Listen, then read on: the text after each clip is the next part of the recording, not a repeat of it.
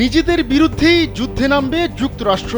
শুনলে মনেই হতে পারে এ যেন হলিউডের কোনো সিনেমার গল্প, কিন্তু বাস্তবতা হচ্ছে যুক্তরাষ্ট্র এমন বিব্রতকর পরিস্থিতির মুখোমুখি হতে পারে।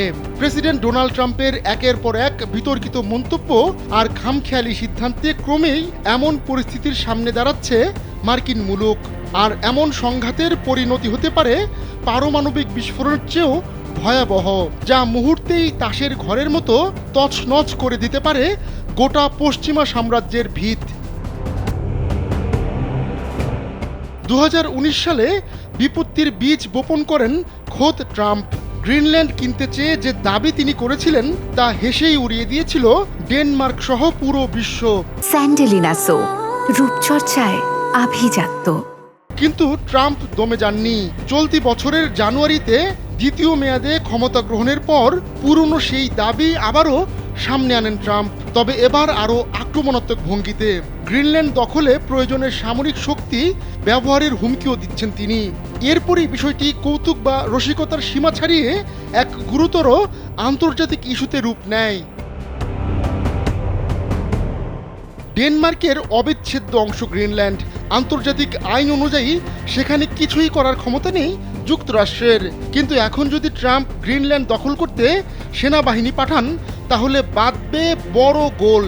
এর পেছনে রয়েছে ইতিহাসের এক রহস্যময় অধ্যায়। সালটা 1951, শীতল যুদ্ধের উত্তপ্ত প্রেক্ষাপটে ডেনমার্কের সঙ্গে এক সামরিক চুক্তি করে বসে যুক্তরাষ্ট্র। তাতে বলা হয় ওয়াশিংটন যে কোনো উপায়ে গ্রিনল্যান্ডকে রক্ষা করবে, আর এজন্য সেখানে সামরিক ঘাঁটিও গেড়েছে যুক্তরাষ্ট্র। 7 দশকের বেশি সময় ধরে গ্রিনল্যান্ডের রক্ষক এখন ভক্ষকের ভূমিকায়। এখন প্রশ্ন হচ্ছে, ট্রাম্প যদি সত্যি গ্রিনল্যান্ড দখল করতে সেনা পাঠান, তাহলে বিষয়টা কেমন হবে?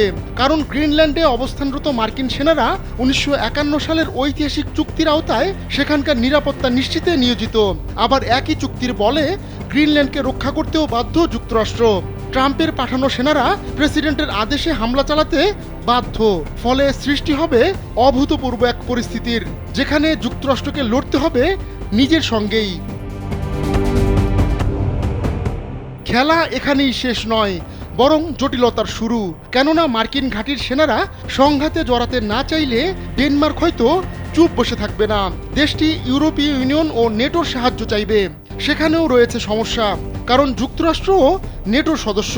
ফলে হামলাকারী ও রক্ষাকারী দুই শিবিরেই থাকবে যুক্তরাষ্ট্র। বিপদের এখানেই শেষ নয়। যদি সদস্য রাষ্ট্রগুলো নেটোর আর্টিকেল 5 অনুসারে ডেনমার্ককে রক্ষায় নামে, তাহলে সেটি রূপ নেবে এক পূর্ণাঙ্গ মাত্রার আন্তঃপশ্চিমা সংঘর্ষে। ট্রাম্পের গ্রিনল্যান্ড কেনার ঘোষণা শুধু কথার মধ্যেই সীমাবদ্ধ থাকলেও বিশ্ব রাজনীতিতে এটি এখন হট টপিক। তবে বিশ্লেষকরা মনে করছেন, ভবিষ্যতে আর্কটিক অঞ্চলের প্রাকৃতিক সম্পদ ও শিপিং রুট নিয়ে পরাশক্তিদের মধ্যে প্রতিযোগিতা বাড়বে। কারণ জলবায়ু পরিবর্তনে প্রাকৃতিক সম্পদের চাহিদা ও ভূরাজনীতির কৌশল হিসেবে বরফ ঢাকা গ্রিনল্যান্ড এখন আরেকটি হটস্পট হয়ে উঠছে। আহমদুল্লাহ শিকদার, কালবেলা।